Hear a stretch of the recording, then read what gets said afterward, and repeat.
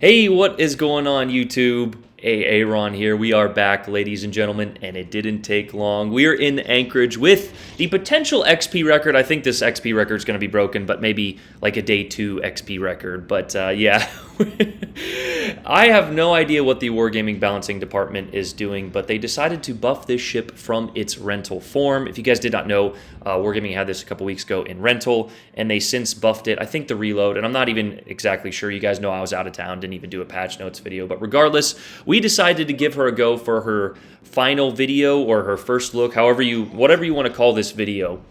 But regardless, we are in the Anchorage here. We are in Greece, and we are already spotted by a carrier. Gosh, don't you love carrier games? I sure do. Anyway, though, we have a predicament. There's an Iowa out there. There's a Carnot and a few Odins or Brandenburgs. I think they're Odins, yeah. And we have to make a decision. I decide to turn out of these torpedoes, and basically you line up with the torpedoes turning in, but what that's doing is actually putting me broadside to those ships out there. And I will not lie, I do get a little bit lucky, but if you guys watched any of my stream last night, RNG owes me about 8,000 overpens. I should have smoked up a lot sooner. You can utilize island cover all the time. I just wanted to save these smokes for, a situation where I can truly DPM. The Iowa and the Odins do overlead just a bit. Could have been a potential deletion, not gonna lie, but you live by the overpen, you die by the overpen. Last night I had about 8 salvos in a row in the Hawk, which were just straight overpens with short fuse AP. And even then we did break check them, which is why those were probably overpens. They hit the nose of our ship. But we do have the smoke screen, so we might as well use it. I prefer to use the smoke screens more of in an offensive fashion, setting up a little crossfire or getting into a nice position with spots.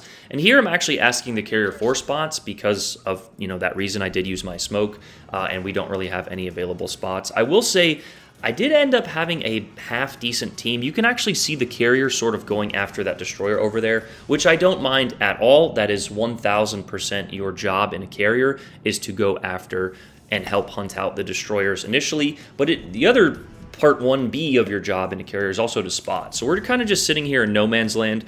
I actually do like that our Z44 is getting the Bravo cap. That's one of those risky caps to get because sometimes if the other destroyer or another ship goes in it, you're kind of just locked in that stalemate. But if you can get it right off the bat, it is a huge advantage for our team. Or your team, rather. Getting the caps, getting the spots initially is sometimes what wins the game.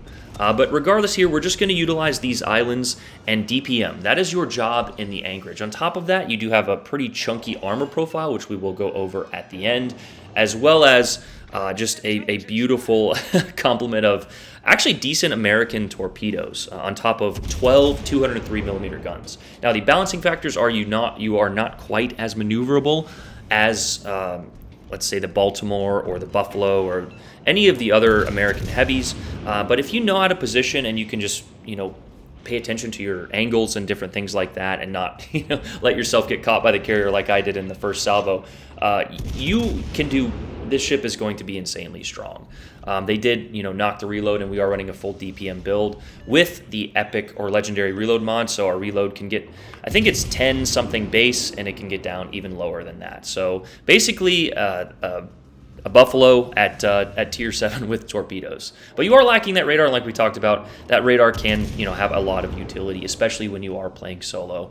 I've been playing solo a lot more and still maintaining and actually increasing my stats.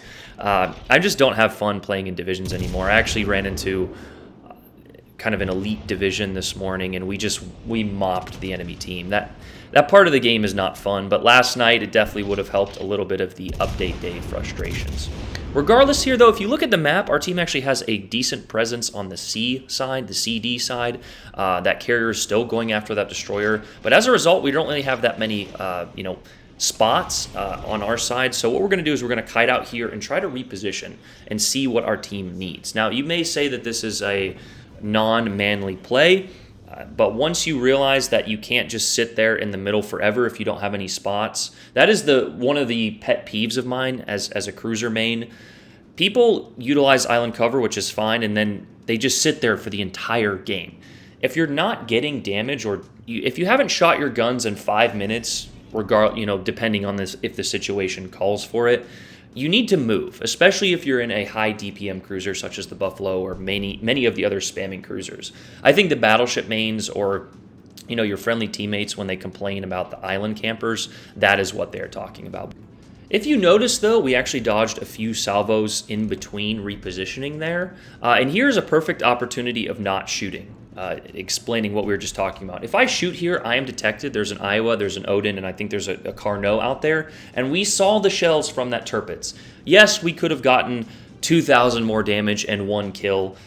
But it is truly irrelevant if we sacrifice half of our health to get that. So that is just one of those final points, and I know this game is very detailed and very complicated, but that is one of those selling points of being an elite cruiser player, is realizing, okay, there's a Tirpitz here, there's a Z44, and if we were able to work our way closer to these islands, we could have shot and potentially got that kill if the Tirpitz had not. But talking about dodging a little bit earlier, we are running Einstein with Ingenious and Intuitive, so we are able to see when we are targeted, and that is actually a huge plus if you're not used to using overview camera and paying attention. A lot of people ask, they have been for a long time, why I use overview camera. It is to see more of the battlefield. When you see, for example, if I were detected right now and this Iowa were to shoot, I could turn in, I could turn out, I could dodge his salvo. You never just want to sail in a straight line, unaware of your crossfires. That is how you get deleted, and that is why a lot of people potentially use rudder builds to get out of the situations. But regardless of your build or whatever, if you're not paying attention to those crossfires, that is the reason that you're probably not doing well in cruisers. But here we actually pushed up to this island cover, and if you notice, we are not detected. Also, if you notice, we don't have that much damage. And but just wait, because we almost cleared 200,000 in this game and finished with a pretty gnarly XP total if we didn't already include it in the thumbnail. But something to keep in mind, we're not chasing these battleships, especially in this cruiser, especially with an Iowa out there who can overmatch us. We are kind of holding back and looking at the mini-map, relying on strategy. We can see that our team is actually losing C.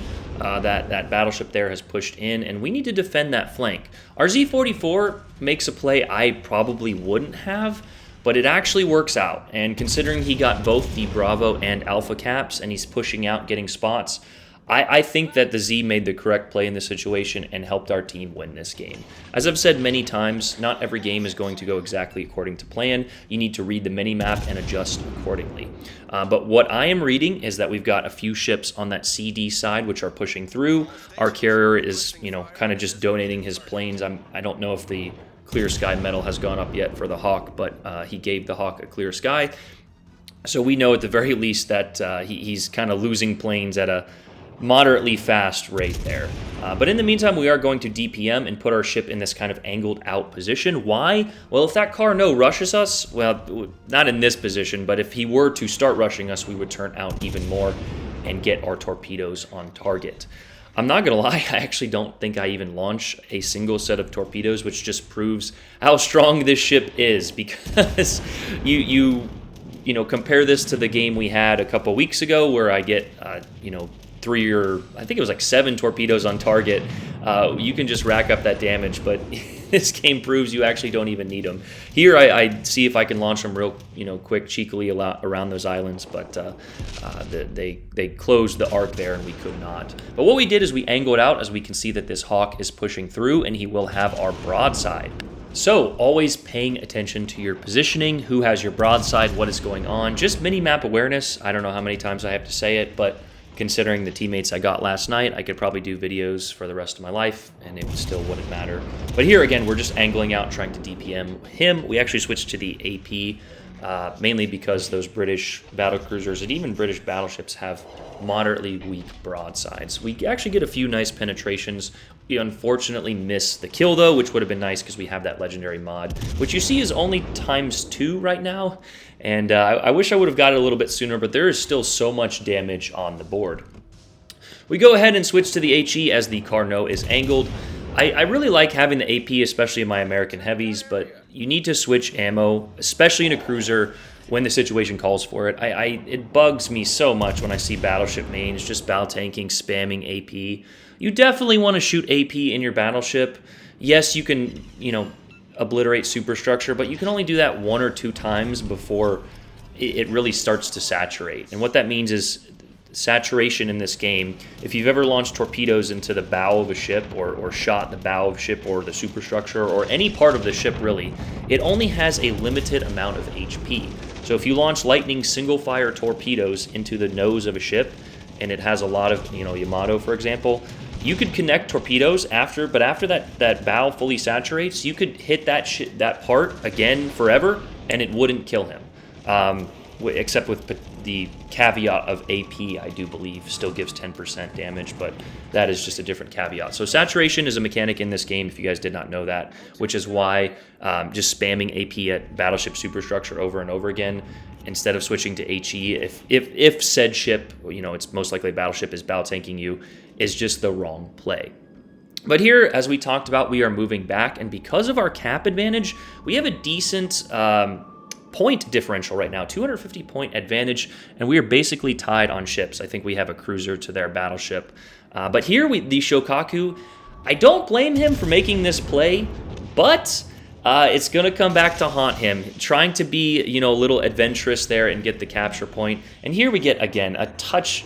People are going to say I'm broadside, but I'm not. I'm stopping and turning out, which is going to, you can see his shells land at the forward part of our ship. Simply dodging there as we smash him for 2 citadels, it is a huge advantage. But we actually pop our final smoke screen here as we have a perfect opportunity to DPM both the battleship and that Prince Eugen.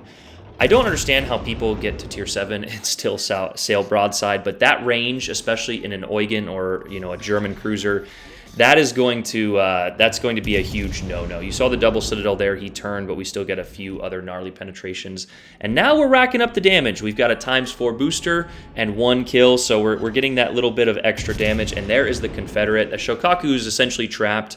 You can see, though, our carrier only has a few planes, so we're probably going to lose spots if he decides to go after the enemy carrier. He actually goes after the Eugen. I don't blame him. Like I said, the carrier did go after the DD, so that's better than 80% of the carrier players in this game. But we get another kill, and we actually hold the reticle here. You saw that the Shokaku goes dark, but we hold our reticle. And sometimes people ask me, how do you blind fire? And we actually had a joke with, I believe it was Iron Man last night.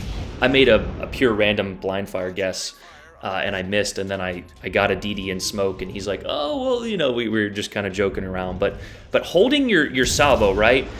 If you see somebody smoking up, or you see, they're about to lose concealment, look at their distance, right? He's 14.3 kilometers away. So I know that my aim is approximately going to be within that realm. Now, of course, we are moving a little bit ahead here forward. And something also to note, when you lose target lock, you can see my reticle actually went up to 15.5. And that is why sometimes I do believe shells land short, or it gives us the illusion that shells land short, because here, I think those went over his ship. Now, you will learn in a moment here, he does decide to go forward, so that a few combination of factors why those miss. But once you connect that true blind fire, there is not a better feeling in the world. But here, though, we are actually a little bit worried about this Iowa. Giving up broadside even at that range is still something risky, so we decide to kite out. We have the massive point advantage. We don't need to go damage hunting in this situation, and that is when we use overview camera and look back and turn out, and the Iowa shot once again. That one floater overpenned part of our superstructure, but we are fine. If we were to sail broadside, solely focused on that carrier, yes, we may have gotten the kill, and our team probably still would have won. But because we are paying attention to our positioning, utilizing overview camera, we were able to dodge those shells and still get a hit on that carrier. Unfortunately, we didn't get the kill, but he comes detected once again, I think due to our carrier, so a shout out to him. We throw a final salvo his way, waiting for it, and there it is. A few more defend ribbons and 3 kills with 195,000 damage. As a nice rounded damage total there with 1 assist in cap. A quick little note before this game ends. If you want to know how to do better in terms of XP, do everything. Get plane kills, get defend ribbons, get caps, get kills, damage, etc. Also attracted damage. XP is not based off of one singular thing. It is based off of a multitude of factors. That's what I've been told anyway. So If you just get kills, your XP would not have been as high as if you got kills and did damage or attracted damage and got defends, etc. The more ribbons you have, basically, the better your score is going to be. And if you see the scoreboard here in a moment, our score is 4,001. Another 4K game for Aaron in the opening week of the of update month or update week here in an American heavy cruiser. It's almost like clockwork now. But a GG's to our Turpitz. He actually had a decent score, as well as our Z44 and our Lexington. And then it sort of drops off. But that's really, truly all you need in this game, unless you're going against a competent division, is like 1 to 2 players with 2 or 3 functioning neurons. It's kind of sad how far the game has declined. It's the way of, it's just how the game is going to go, from now on. So if you're expecting it to get better, it's not. I hate to say it. I don't want to sound like all of these negative, newscasters predicting the end of the world every game. But yeah, there it is. I went ahead to touch on the economy screen because I actually don't do that too often. But there she blows. Let's go ahead and review her stats, though. The Anchorage, just a disgusting cruiser in every regard. 41,800 health, you saw it in game there. And this is where the ship really shines. The artillery, 4x3, rather, 203 millimeter, super heavy AP at 15.6 range and a 10.7 reload. You don't need much more range than that if you can position well. So pay attention to your positioning. The torpedoes, 2x4 there with a 10.5 range and a 66 knot speed. So the pretty decent American torps with a 19,000 max damage. AA defense, like we mentioned earlier, is decent. That long range AA, though, the 127s don't do that much damage. So it's okay, all things considered, but it's not, you're not going to be eating too many clear skies unless you get focused by a bad carrier player. Maneuverability is one of the balancing factors. 800 turning circle isn't the best. It's not the worst either, with an 11.2 rudder. Sure, you can throw a rudder on this, but why? Why would you waste your time? Concealment is 11 kilometers, which is actually a little bit worse as well compared to the Baltimore and a few others. Here's the armor. The armor actually isn't as bad as you would think. You can see that yellow there. It's covered in 27, which we know can get overmatched by 406s. So at tier 8 and those 406s at tier 7 there are going to be yeeting you pretty good. But your Citadel is actually fairly protected. That barbette acts as an extra layer of armor. So unless they shoot around that, you can't necessarily get Citadel through the front too easily. Now the barbette, I have been told, does not count as the Citadel, which is the turret there. But sometimes it feels like it does. I don't know. There are so many different unique things in this game, but that was the knowledge passed on to me.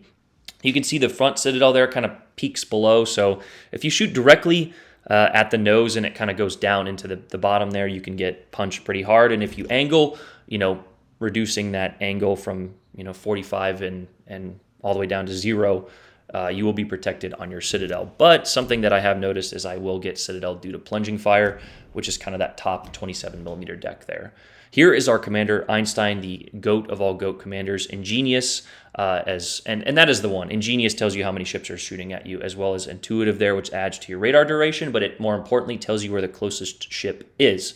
Punch through, as well as fixated for that increased accuracy. You don't necessarily need it, but it's just better than the other defensive perks that Einstein has to offer. So probably the best overall cruiser commander in this game, of course, for the Americans. And then, of course, Mimbelli and Madden for a full DPM build.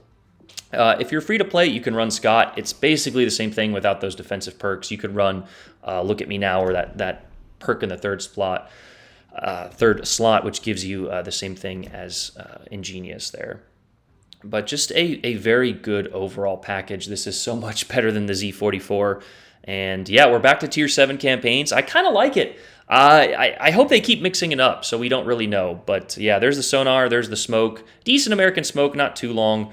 You use it when you need it, and there is the nice Type 9 camouflage. I wish we would get more camouflages, historical anyway.